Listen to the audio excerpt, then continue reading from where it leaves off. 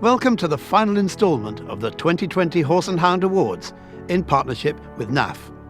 I'm Julian Seaman. The Horse and Hound Lifetime Achievement Award is given to an individual whose contribution to the horse world is worthy of the highest praise. Previous winners include Captain Mark Phillips, Nick Skelton, Bob Ellis, the late 11th Duke of Beaufort, and this year's winner is a heroine to so many. In 1977, she scored a hat-trick, coming first at Babington, Burghley, and winning the European Championships. She's the only rider to have won Badminton 6 times on 6 different horses. It can only be Lucinda Green. And I caught up with her earlier today. Lucinda, many congratulations on winning the Horse and Hound Lifetime Achievement Award. Not least because I'm sure you shifted a lot of magazines for them as well over the years. When did you actually start riding? 4. First pony? Where did that come from? First pony, no. I wasn't allowed a pony till I was 8 and had gone to the riding school twice a week on the back of my nanny's bicycle in order to learn to ride. I went to Mrs. Skelton, whose granddaughter Cindy Sims is a steward of British eventing, and the police eventually stopped me going on the back of my nanny's bike, and we had to take the bus. But the very first pony I had at 4 was just lent by an aunt called Lavender, but then there was no other pony until I was 8. And then you presumably joined the pony club? I certainly did, and I had the most amazing New Forest pony called Jupiter, and he probably taught me the 2 greatest lessons of my life, very politically incorrect one of them, but the other was if I ever caught him in the mouth over a fence, he would stop at the next fence. He basically did stop a lot, and so I learnt the timing of giving him a whack, the politically incorrect bit. And those 2 things probably stood me in the greatest stead for the rest of my horsey life. When did Be Fair come onto the scene? Be Fair was a 15th birthday present. The Horse and Hound had an advert, a reasonably big advert, saying, "Buy Fair and Square." And Fair and Square had just won Burghley for Sheila Wilcox, and he was a lovely horse. And I thought, oh, I didn't know he was a stallion. Well, he wasn't, of course, but at 3 years old, he jumped into a neighbouring thoroughbred mare's field and produced Be Fair, who at 5 years old was advertised in the Horse and Hound.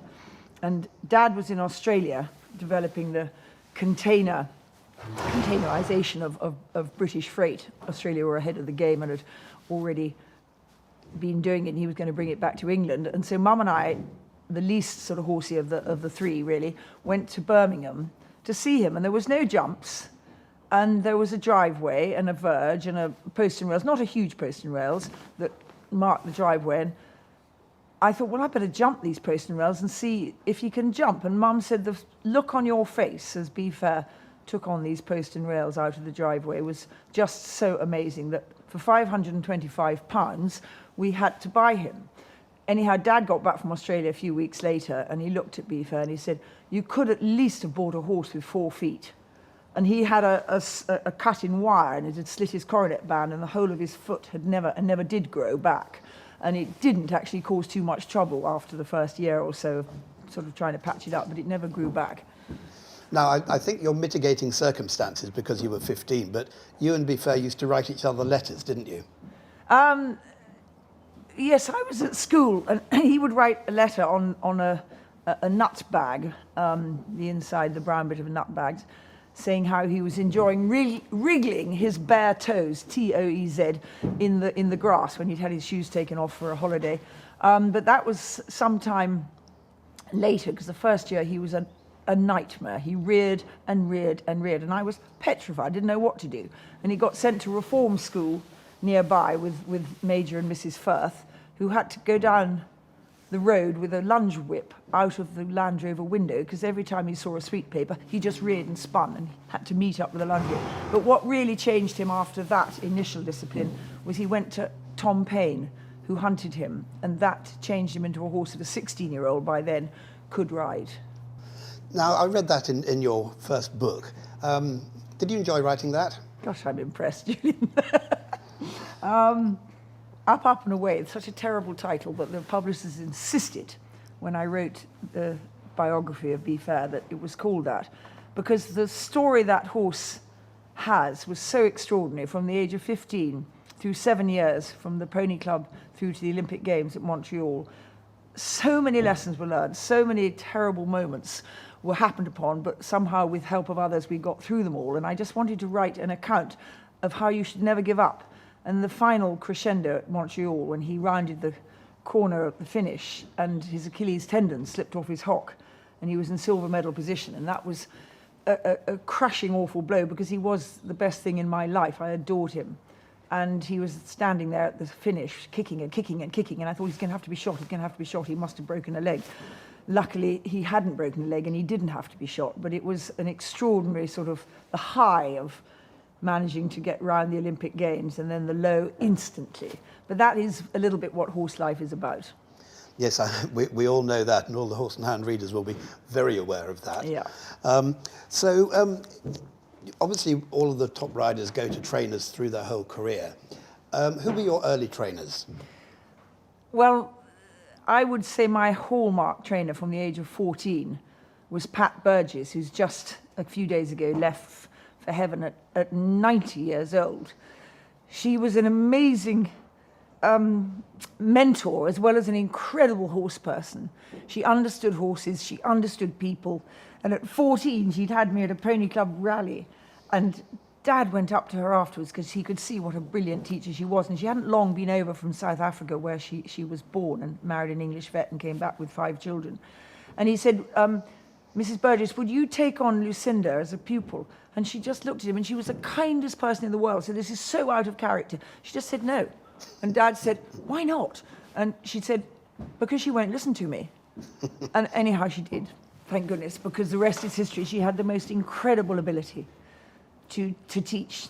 And I think I've tried to carry on all that she has taught me, with the position you need to have to be safe and out of your horse's way, and give your horse the balance and the confidence with your softness of your contact to jump the moon.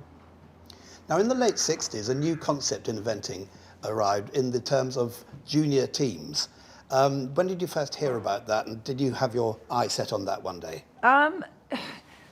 1971 was when we were selected by Colonel Babe Moseley, who was the most terrifying man, who cruised around in a Bentley to watch us in the cross country. He was an amazing man. And I think from 1970 we probably thought maybe Beef Hair would be good enough for that. But in 1970, Colonel Babe came up to us after Tidworth and he just said, next year. So next year we came back, and luckily we did get in the team, and it didn't go too badly. But that sort of gave me a lovely early taste of the thrill of watching that Union Jack. Obviously, having done your junior Union Jack, obviously the next stop obviously was Babington. Had you been to Babington as a spectator as a child and said, one day I must do this?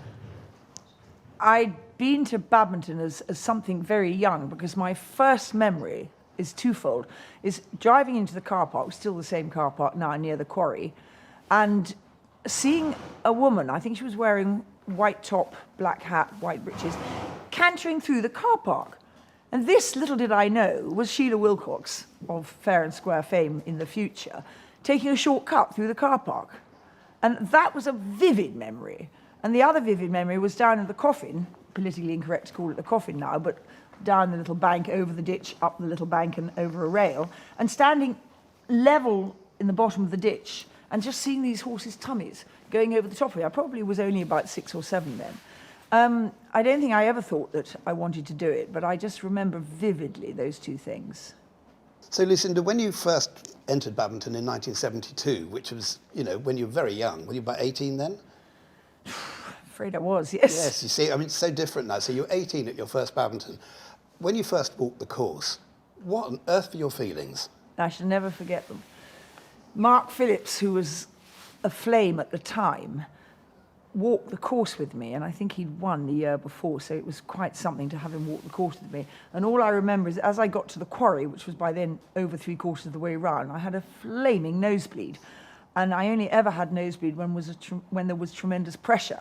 So the idea of jumping around Babington had really, really scared me. And all he ever said at every fence was, kick on, kick on. I thought, aren't you going to tell me how to jump? Aren't you going to kick on? And it was the best advice he could ever have given an 18-year-old who really didn't know what she was doing.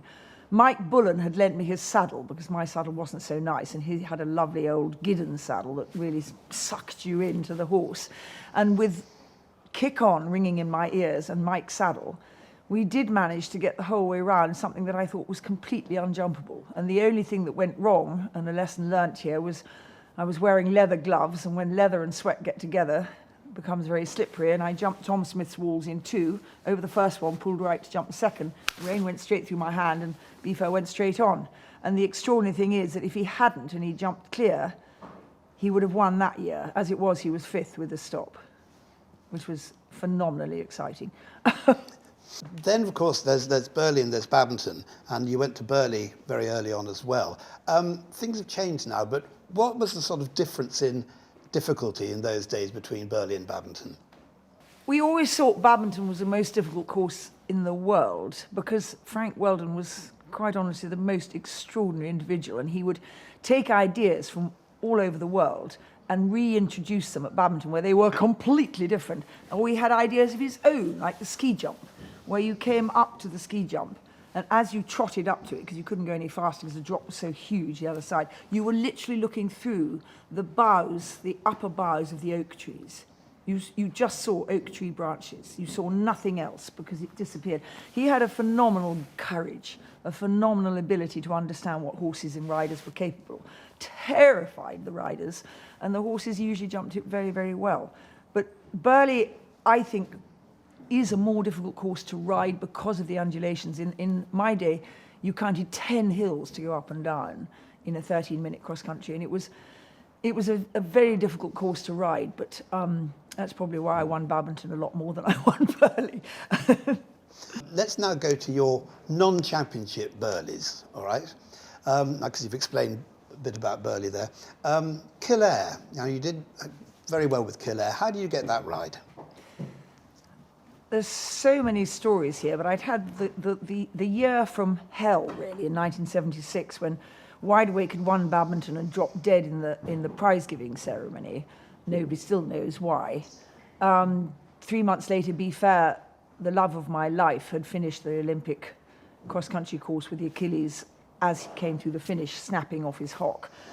Dad was diagnosed with terminal liver cancer, and Charles Sizer rang up 3 weeks before Burghley saying, "I'm not going to tell you the name of the horse, but would you ride it at Burghley?" So I went, "Oh, I've got nothing to lose, but actually, what is this horse?" And he wouldn't tell me because he hadn't yet told the rider that she wasn't going to take the ride anymore, which is a pretty awful position to be put in as another rider. Anyhow, I made a few inquiries from him, and he said that he was at Punchestown that year, and I said, and he stopped at Punchestown. I said, "I know this horse, he's called Kildare, isn't he?" He said, "Yes, he is, but you're not to tell anybody." And he brought the horse down 3 weeks before Burghley, looking like a broodmare. And Dad and I were there, and the Olympics at Montreal had just happened, and Wide Awake had gone, and Be Fair was crippled. And we both said, "Well, we'll give it a go, but we can't guarantee we'll take him to Burghley. We've got to see if we can get him fit enough." And the amazing thing is, not only did he get fit enough, but he was second. And I still find it extraordinary because he only knew how to go very fast, but for him that was quite slow because his strides were so short. He never got the time on the steeplechase. He was always under the 690 that you had to get. But he got such a short stride that he never, ever had to slow down into any fence because he was never wrong. Jump, jump. And I remember coming into capabilities cutting, which is palisade with a whoops down into the bottom of the cutting and up the other side. And you had to go slowly for this fence. You did not go fast. But Kildare didn't. He went into it and then just at the last minute popped over it. And he did exactly the same as the first horse at Babington, the year that there was a bounce into the lake with pink life belts on it. And it was the first time anybody had ever jumped a bounce into water. And you could tell the silence of all those people around the lake. You could know that in the telly room, all your fellow competitors were watching. Absolute silence. And he went in, jumped the first one, put in a little stride, jumped the second one, down into the lake, and away he went. And he was an extraordinary horse. He had a heart and a willingness to go for you that were just immeasurable. Now, in 1980, you were 9th on a horse called Foxy Bubble. I have to say, I'd never heard of Foxy Bubble. Where did that come from? Well, you surprised me that you've done your research so well. I didn't even remember I'd taken him to Burghley. He was given to me by the British Equestrian Federation. So I think the last time they ventured into owning horses. And I do actually now remember him at Burghley. Now you say it, thank you. Because he was so spooky. It was the first horse I'd ever met that probably wasn't a good old Irish type breeding. He was so spooky that every advertising board down the galloping track he'd spook at. It was really quite a difficult ride. He wasn't the horse I enjoyed the most. The thing I remember about him most was had wonderful conformation. He was over at the knee, and yet he was the only horse that ever got a tendon with me. So let's go Europeans. Now, you went to Kiev. Now, that was a notorious course. Wiped out a lot of people at the second fence. What was so weird about that second fence? I've seen film and footage of it and photographs. What was so hairy about it? If I told you that Richard Mead, doyen of Olympic gold medals, who was our team captain as we walked the course, and as we left the second fence, we were walking the course together along with the rest of the team. I just said to him under my breath, I said, Richard, I've never been to a European Championship, so I don't really know what to expect, but is that fence too quite big? And he just said, bloody big. And that was enough for me. 22 people fell at it, and 2 or 3 of them fell twice in the days when you got up and kept going. And the reason that it didn't work, it was a huge oxer across a big ditch, which is fairly okay for an event horse, but you couldn't get at it unless you came up a steep hill and down, almost a vertical drop of 200 yards, across the track and over the oxer. And we all elected that we couldn't do that, though we had to come along the track, turn and try and jump it off no real stride at all. The Russians, who we all swear had practiced, so none of us would have dared practice over that fence because it was way too big, did all go up the steep hill, down the steep hill, and all cleared it, which was a real early lesson in how to ride cross-country. Very interesting indeed. Well, as most people know, the Europeans go every 2 years with the World and the Olympics and the rest of that cycle. So 2 years later, you're Le Moulin, again with Be Fair with your mainstay at the time. Now, tell us about that one. Well, after Kiev, which he did get round with a fall in very bad light in a wood, which is another lesson I learnt, that when there's twinkling light, sun through lots of leafy trees, you've got to slow up because the horse doesn't see very well. I've learnt so many lessons on the hoof, I tell you. But anyhow, he was a bit browned off after having completed Kiev. He wasn't a happy horse anymore. So we took him hunting in Leicestershire, and I bedded down at Exton with 2 or 3, well, I think I only had 3 horses, and off we went, and it cheered him up no end. So we got to 1975 and was game on for the European Championships in Le Moulin. And Wolfgang Feld designed the most incredible fences. He was the forerunner of fences with character. So they depicted a bar, and then there were beer mugs and things on it. He had such an imagination, brilliant man. And Be Fair has to be ridden every single stride. What I'd learnt on Jupiter, my pony, was very necessary with Be Fair. But he was as genuine as the day is long, provided you could get him to the fence and get him to take off. He really, really tried for you, but he was suspicious, but not a spooker. Very, very different thing. And he had enough confidence in me by then that he kept going and won the European Championships. And I remember most of all the Papa band and the champagne rolling down our faces. Marvellous stuff. And of course, 2 years later, you managed to get the ride from the well-known eventing family, the Strakers, on George. And the championships were then at Burghley. Now, how did that go? He was one of the most incredible horses, but by the time he was lent to me to ride, he was getting on a bit. And I had just had Dad die and had been on a fast for the last sort of 2 or 3 months of his illness. So I was incredibly weak, and I'd lost a lot of weight. And he did a very good dressage test, but the cross-country course, thank goodness, in retrospect, wasn't very difficult. So I thought it would be a bit of a dressage competition, but he was quite high up in the dressage. So on the steeplechase phase, I ended up going down the wrong channel of the roping, which was something that had happened to several people at Burghley before and since. And in order to get back on the right channel, in order to do the second circuit, I pulled him across the ropes, and he got tangled up in them and went down, and I fell off. And somehow I still managed to hold on to the reins as he was galloping along. And he didn't realise I wasn't on him anymore. He kept galloping. And George, whoa, I'm here, whoa. And oh, so sorry. And he pulled himself up. And somebody helped get me back on, because that was about the final straw for my strength. And this horse was so incredible. He still got the time on Phase B. And then I had to do all the roads and tracks feeling like I just didn't know how I'm going to get round the first mile, let alone 4 miles across country. And I was really, really flagging, and I had a really difficult fence to come in what is now known as Discovery Valley.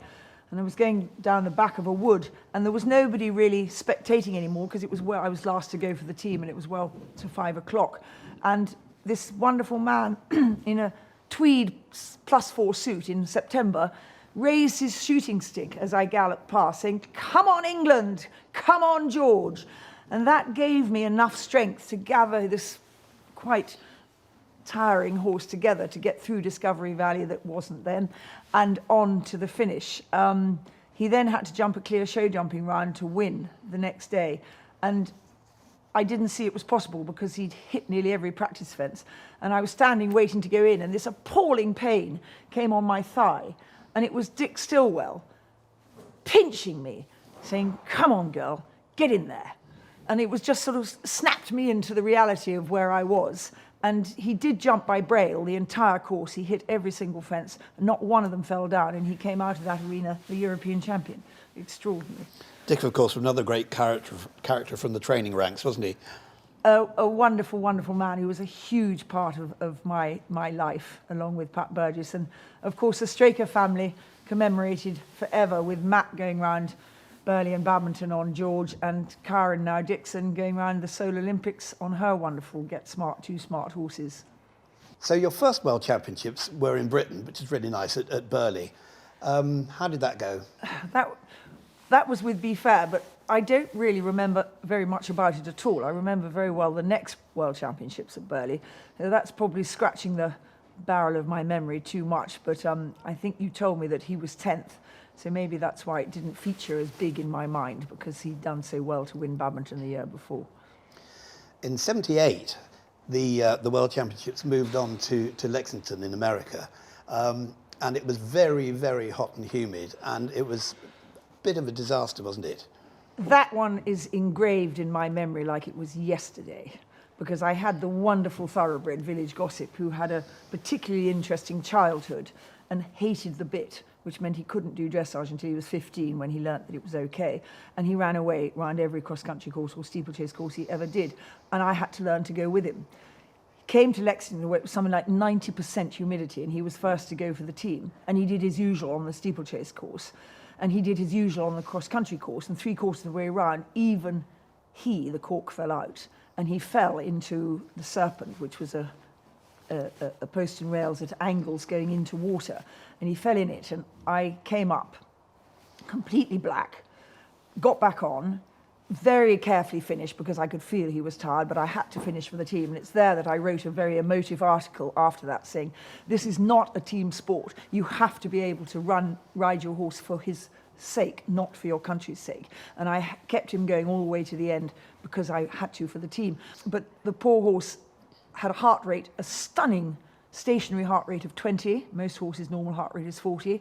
And after Lexington, it was strained, and he became normal then. He had a heart rate of 40. I didn't show jump him the next day because there was no need to. The team was out, and I felt terrible that I'd asked him to go the last quarter of the course. But it was a phenomenally scary event where the winner was Mike Tango, who I think was only 8 years old. And when he finished, he was supported by maybe 10 people either side of him, because he was staggering, because they found it so hard to get the oxygen in because the humidity was so high. It was a real shocker. Do you think the sport has learnt a lot from that? Unfortunately, like all of our lives, we know that you don't learn from doing it well, you learn from doing it badly. A huge amount was learnt, and the things put into place for Atlanta, which was expected to be as bad in the Olympic Games in Atlanta, were absolutely brilliant on account of what happened in '78. You then went with Village Gossip to Fontainebleau. What was that like? I laughed because he probably was bottom in the dressage. And I remember saying to Ernst Backinger, who was our Spanish riding school dressage trainer for the team, as I was just warming up before I went into the dressage, I said, "Oh, I can't remember, Ernst, is it 4 steps back or 5. And he just looked at me and he said, it doesn't really matter, does it? And that was the name of the game with Darling Village Gossip. He did move up from just about the bottom after the dressage to, I think, 7th after the most spectacular cross-country. Well, your next World Championships was in 1982 at Le Moulin in Germany, where, again, they have, a bit like Burley, quite a lot of championships over the years. And you took Regal Realm. How did that go? I got very lucky there. I got a dressage mark that I really wasn't worthy of. Regal Realm was a very, very difficult horse in the dressage. His neck came out the bottom of his chest and he had his ears in my mouth most of the time, dressage or jumping. And General Jack Burton was the most wonderful American who dressage judged and was doing the World Championships. And earlier that year in the winter, I'd gone over because I had a chance to have some lessons with Bert Denemothy, and he was centred very close to Jack Burton's home. So I stayed with Jack Burton, and the snow came down, and I wasn't able to go and have my lessons because no car could move. So I took off across country in snow up to here to get to Bert and to get my lesson. And he never forgot that. And he gave me marks that got, in those days, under 40, which is really, or under 50, I think, actually, which was really incredible for my little Regal Realm. And then he was a phenomenal cross-country horse, incredibly fast and utterly brilliant, even though his ears were in my mouth all the time. And he was a pretty jolly good show jumper. I think the word had it that he could have been a proper show jumper, even though he never basculed once in his life. I would think nowadays he'd have had thought to have kissing spines, but he had to jump clear because the one in front of me, who was lying in first place, Helmut Rettermeier for Germany on Santiago, was all the pressure was going to be on him as he jumped after me. So he did jump clear, and I had to see the most unbelievable long one into the last fence because that was the way Regal Realm went. You didn't do a lot of controlling. Anyhow, he got away with it, and so that's why I say various reasons I shouldn't have won it. And poor Santiago did have a fence down, and we got our World Championship. We were very lucky. Fantastic. Sometimes you have to ride your luck, but I mean, you've got to be good to ride your luck, let's be honest. Well, he was a very, very, very good horse. Well, now we go to the Olympics. We've heard about your bad luck with Be Fair at Montreal. It wasn't great for the British team anyway there, was it, with Hugh Thomas and Princess Anne and yourself, and I think it was Richard Mead, wasn't it? He did all right. He did all right. He's fourth, I think. Yes, Richard. he was on a really green horse, the horse that none of us thought should have been there. He was the only one that survived and got fourth. Richard was incredible. And then, of course, in 1980, it was slightly weird because some of the British Olympians boycotted Moscow and some didn't. But the equestrian gang decided that they wouldn't go because of the Russians in Afghanistan. But then some did, because that's where Seb Coe won his medals and everything like that. So why did the equestrians decide not to? And are you rather cross that they did? Well, you're looking at the person who went on the BBC to say that we shouldn't go. So you're probably 100%, I'm 100% to blame for the fact that the equestrians didn't go. And I felt incredibly strongly. I'd always been terrified of communism. And I felt incredibly strongly that the Russians had just rolled their tanks down the main streets and taken over. And I thought, we can't go and play in their back garden. I remember using those words, writing an article. So we all went to Fontainebleau, and that was where Village Gossip was last in the dressage and managed to pull up to 7th. So that was the alternative Olympics. And then you did eventually get a team silver. Now, where was that? In the Olympic Games in 1984. That was incredibly memorable, run quite beautifully by the Americans. And I got probably one of the greatest honours of my life was to be asked to carry the flag in the opening ceremony of Los Angeles. And that is something that nobody will ever be able to replace. It was a really fantastic feeling, that huge stadium and the noise as you were underneath the grandstand, getting closer and closer to Great Britain's entry into the stadium. So that was a wonderful thing to have been allowed and asked to do. And really it went on in a magnificent fashion. I had a very strict dressage judge there. There were 3, obviously, but the one I remember was Anton Buehler, who was a very, very strict dressage judge and absolutely hammered Regal Realm because he was a lot better 4 years on than he had been in 1980, but he still wasn't perfect and he saw straight through. And that's really what stopped him getting the gold medal that he was hot favourite to win, because he did everything else brilliantly, really fast cross country, really good show jumping. But there were 5, I think he was 6th there were 5 others better on the day, and people said, "Oh, I'm so sorry." They were all disappointed for me. I said, "I can't be disappointed. He did the best he possibly could do in all 3 phases. He just had a a judge who was very strict." Now we're getting on to the part which you're really famous for, Badminton. You've had a fantastic run there. You won it 6 times on 6 different horses. There's a 12-year stint between that, when your first win to your final win. We're going to go horse by horse. So let's start with Be Fair and your ride, your winning ride that year. You amaze me by saying that it all happened in 12 years. It felt like forever. Be Fair, the horse of my pony club horse, the horse of my dreams, my absolute love, had done really well the year before, came up to the 3rd fence with Lucinda having decided that she likes to be minimalist sometimes, to go without her martingale at Babington. First time I tried it and asked him to go slow canter into the coffin at fence 3. Up went his head. He never saw the first fence. He sort of fell across it, landed facing sideways onto the ditch, not facing the ditch, and I had to somehow go through the end of the ditch, along the middle of it, turn left, scramble up the bank of the ditch, keep kicking, up the grassy bank and over the out. So that was, as near as makes no difference, the end of our Badminton, but he did it clear and he jolly well won it. And the thing that I remember almost most about that was having him in my little caravella, little tiny 2-horse box, which the horses were nearly chewing your head as you drove, and switching on the engine to drive him home on Sunday evening. And the news came on, I don't know, the 6 o'clock news or whatever. And those days the news told you who'd won Badminton. And I listened to this girl, Lucinda Palmer, had won Badminton on Be Fair. And I turned around and I said, "I don't believe it. That's you." And that was the bit that I remember most of the 73 Badminton. Your second win was on Wide Awake. Tell us more about that day. Wide Awake was really my bête noire. He'd come into my life because his owner, Vicky Phillips, had wanted not to give him to her daughter because her daughter had married somebody that she didn't want her to marry, and I think they're still happily married. So I got the ride on this extraordinarily difficult horse who was a complete reverse, to Be Fair. If you kicked him, he'd go. And if you hit him, he'd never come back. So you had to learn not to kick. And of course, all my riding knew was to kick, Be Fair, and say, "Come on, you can do this."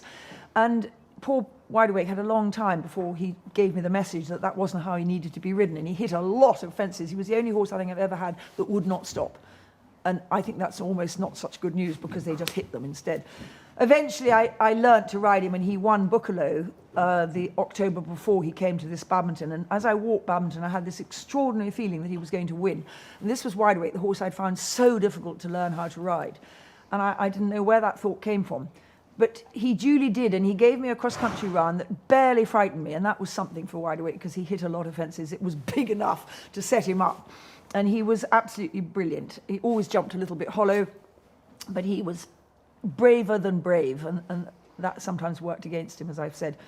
Anyhow, he then got his prize, and we shook hands with the Queen, and Vicky Phillips met the Queen, and it was all wonderful. Got back on, did the first lap of honour, and then pulled up to let everybody else go out to await his solo lap of honour, and at which point he reared up. And as he reared up, I saw the cherry picker going up with the BBC camera on the top. So I just thought, oh, he's had a fright from that. But not a bit of it. He was actually dying at that point, little did I know.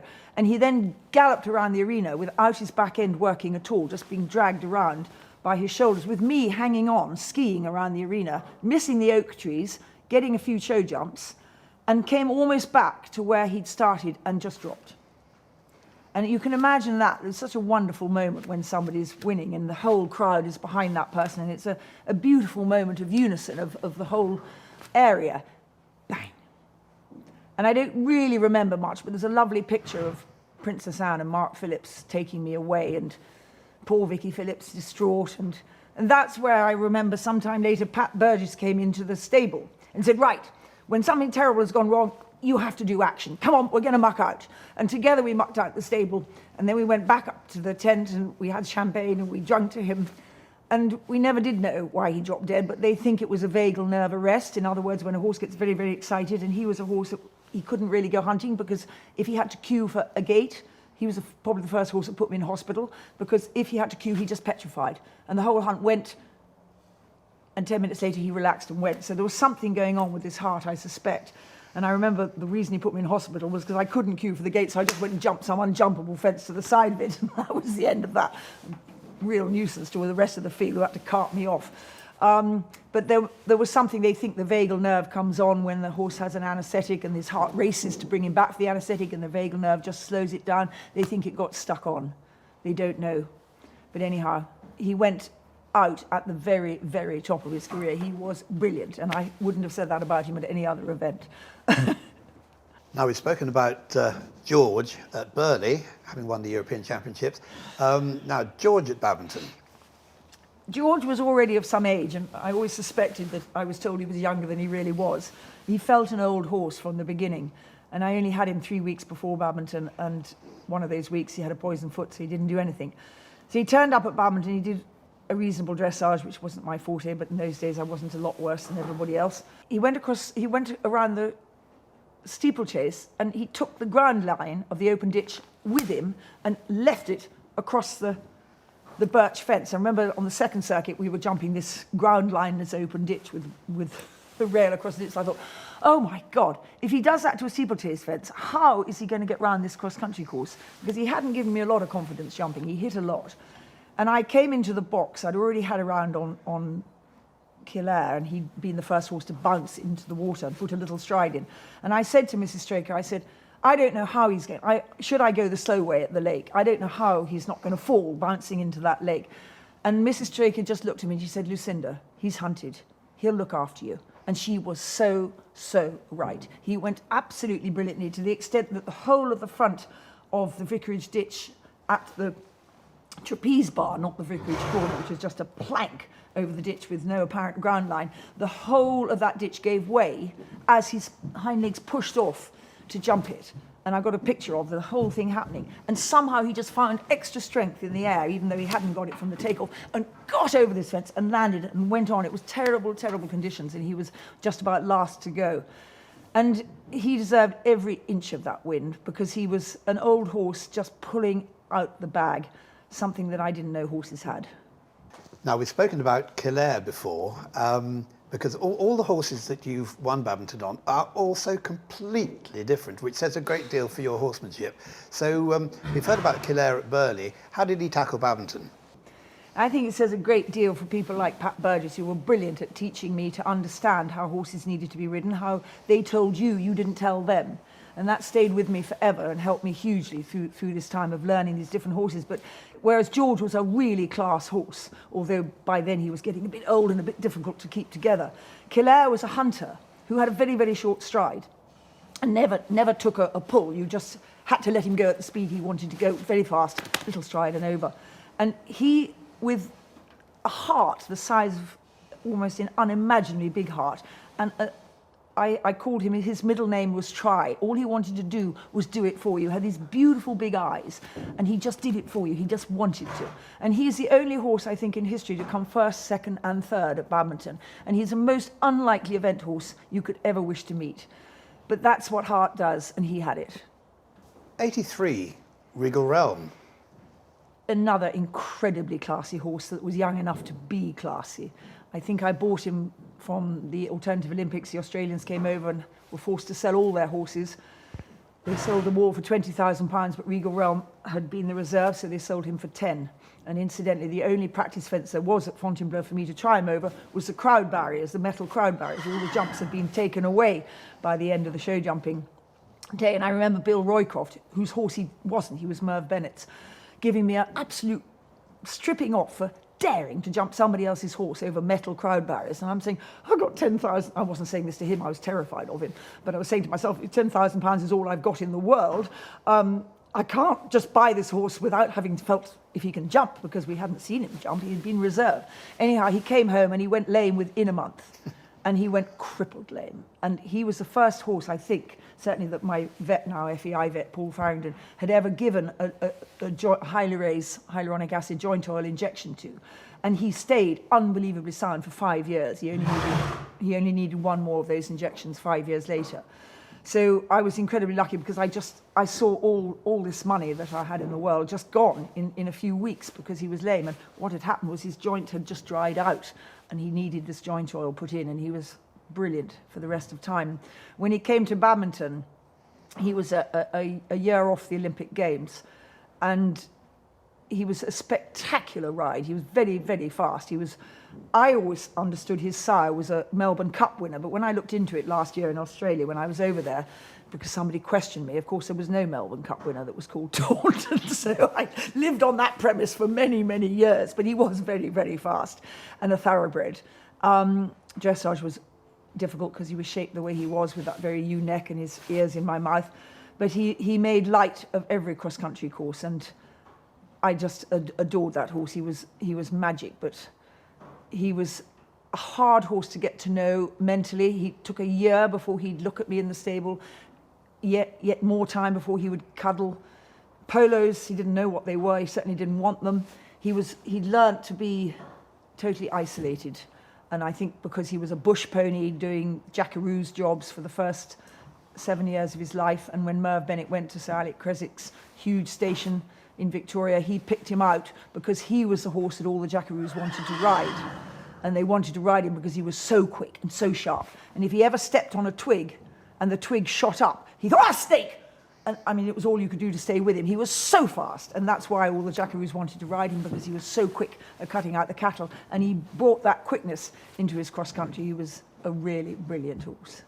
1984 was your final hurrah at Babington with Beagle Bay. How did that feel?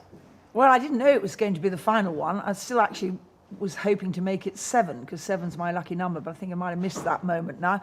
But Beagle Bay wasn't my top horse, because he was the only horse that I had that was consistently having front joint troubles, suspensory troubles. So he was hard to get to an event, and he did get to Badminton, but instead of having a joint problem, he had a boot rub this time, and his leg had gone like that, and I had to ride around Babington with one leg protector on and one naked leg, which in those days terrified me, because I was still of the opinion that the leg would drop off if I didn't have it booted or bandaged.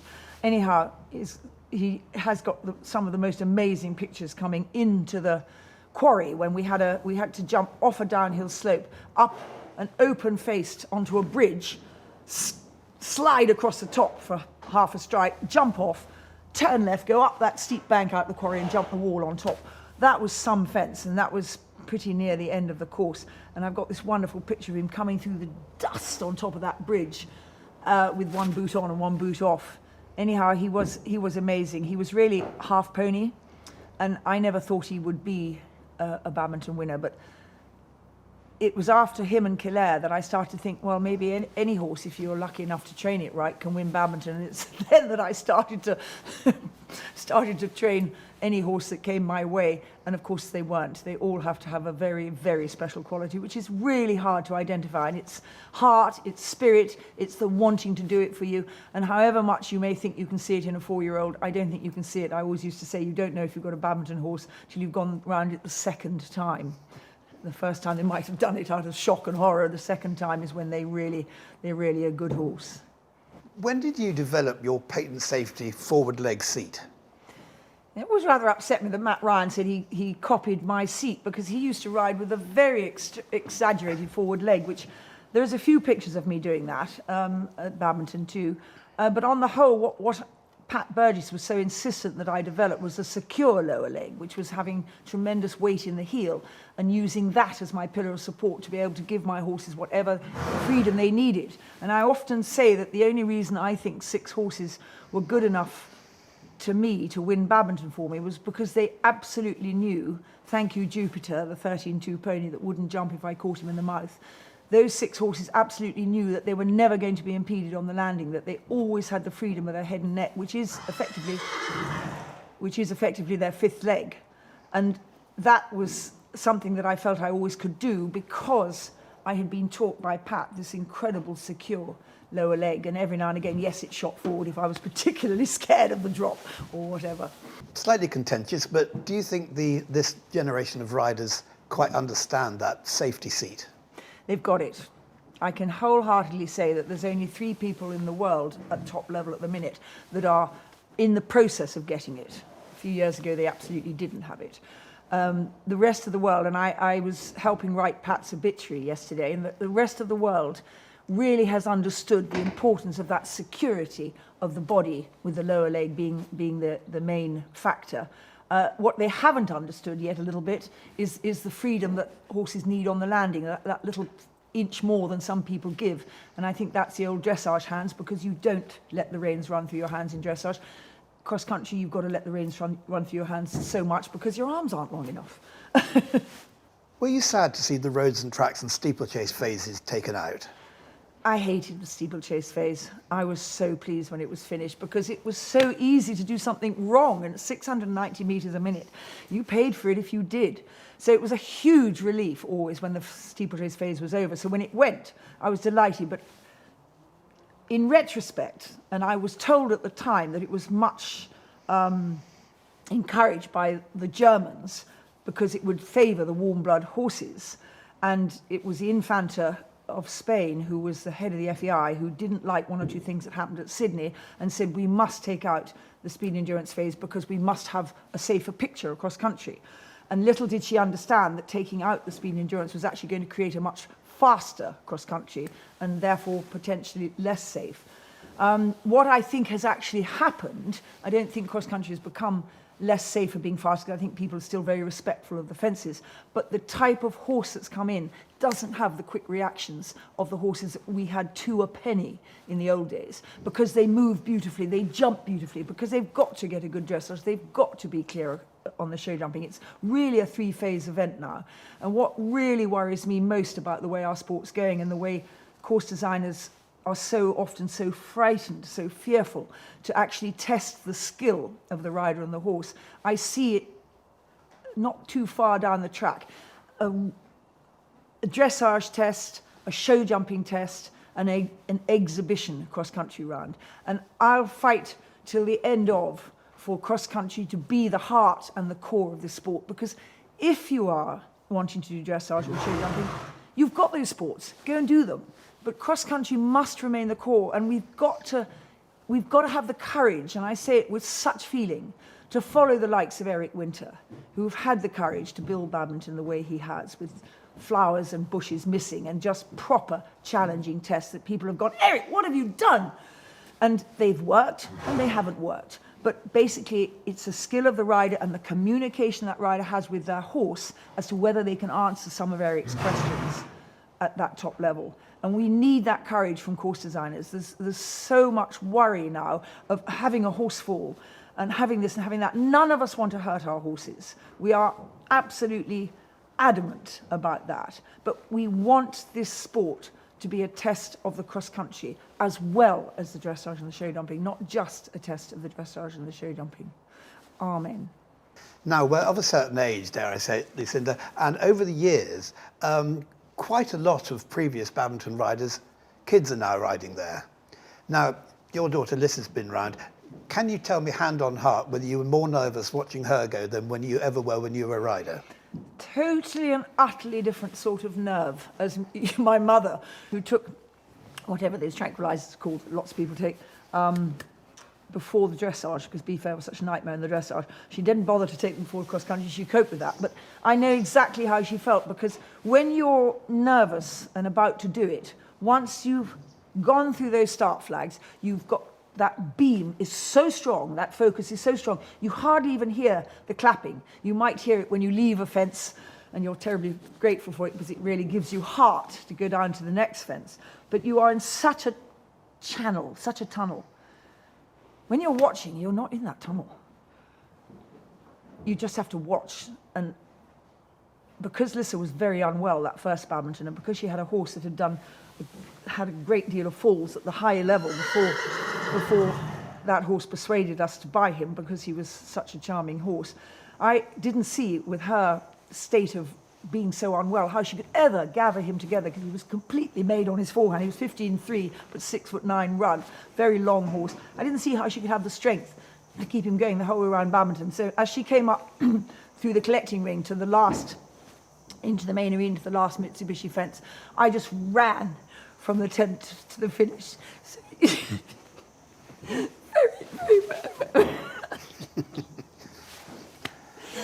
very very emotional. Ah, well, there you, it does that. Absolutely shows that what it's like, and also the emotions behind Babington, and we're seeing it now. What it means to previous riders, what it means when our children do it. Not when my son rides, but that as a wrap, Lucinda, was fantastic. What next? What next? Well, I think I might spare you all the thought of me trying to win my 7th Badminton.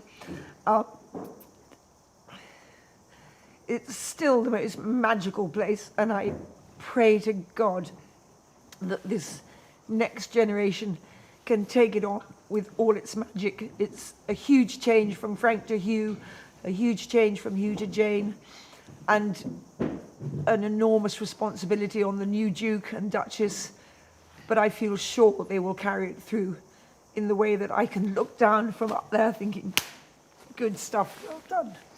Well, I think it goes without saying that now we know why you've won this Lifetime Achievement Award. I mean, we all knew you deserved it, but now we've heard it from the girl herself. Lucinda, well done. Thank you very much.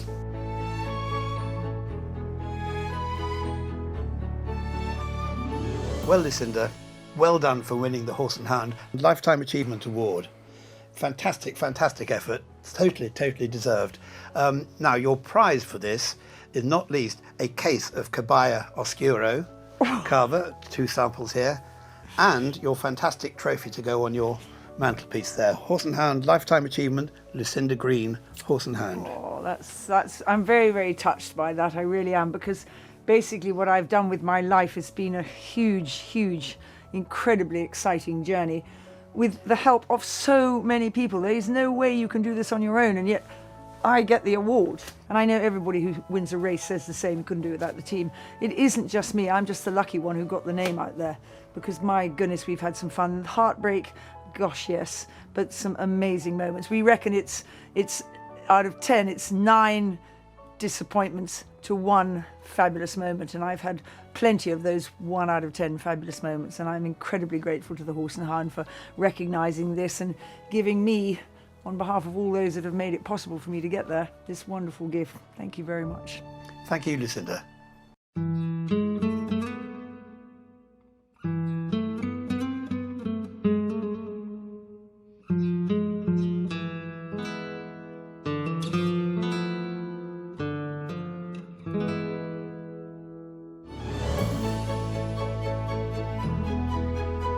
So that's all from this year's awards. We hope you've enjoyed watching. Thanks once again to all our sponsors: NAF Pro Feet, Bailey's Horse Feed, Horse Dialogue, Absorbine, Stallion AI Services, Dengue, Balanced Horse Feeds, SEIB, Piqueur, Uvex Helmets, Horse Rail, and of course our drinks partner, Caballo Oscuro.